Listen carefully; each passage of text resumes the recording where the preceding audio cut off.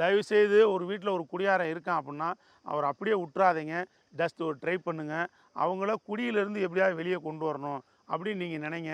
ஏன்னா அவங்கள்ட்ட நிறைய இறக்க குணங்கள் இருக்குது. அதே மாதிரி வந்து பார்த்திங்க அப்படின்னா அவங்கள்ட்டே வந்து ஒரு ஹெல்பிங் மைண்ட் இருக்குது. அதே நேரத்தில் பார்த்திங்கன்னா நிறைய திறமை இருக்குது. நல்லா பாருங்களேன் யோசிச்சு. ஒரு முழு குடியாரன், ஆனால் அவங்க ஃபேமிலியில் உள்ளவங்களுக்கு நல்லா தெரியும். ஒரு 4 பேர் பார்க்குற வேலையை ஒரு ஆள் பார்த்துருவான். அந்தளவுக்கு டேலண்டாக இருப்பான். ஆனால் அந்த குடிக்கிறனால அவன் டேலண்ட் எல்லாமே மழுங்கடிக்கப்படுது. இதை நல்லா யோசித்து பார்த்தோம்னா ஒரு எந்த துறையை எடுத்துக்கிட்டாலும் அதில் ஒரு டேலண்டாக இருப்பான். ஆனால் வீணாக போயிடுவான். குடிக்கிறனால வீணாக போயிடுவான். சரியாக செய்கிறதில்ல. ஒரு வேலையை எடுத்துக்கிட்டோம்னா கரெக்டாக பார்ப்பான். ஆனால் 4 நாள் பார்ப்பான், 10 நாள் லீவ் போட்டுருவான்.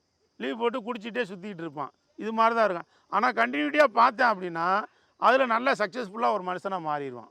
ஸோ வந்து இந்த குடி பிரச்சனையை மட்டும் எடுத்துட்டோம் அப்படின்னா அந்த மனிதர் வந்து 4 பேர் பார்க்கக்கூடிய வேலையை வந்து ஒரு ஆள் பார்க்குறாரு அப்படின்னா அப்போ எவ்வளோ தூரம் பொருளாதாரம் நமக்கு சேவ் ஆகுது, எவ்வளோ தூரம் மிச்சமாகுது.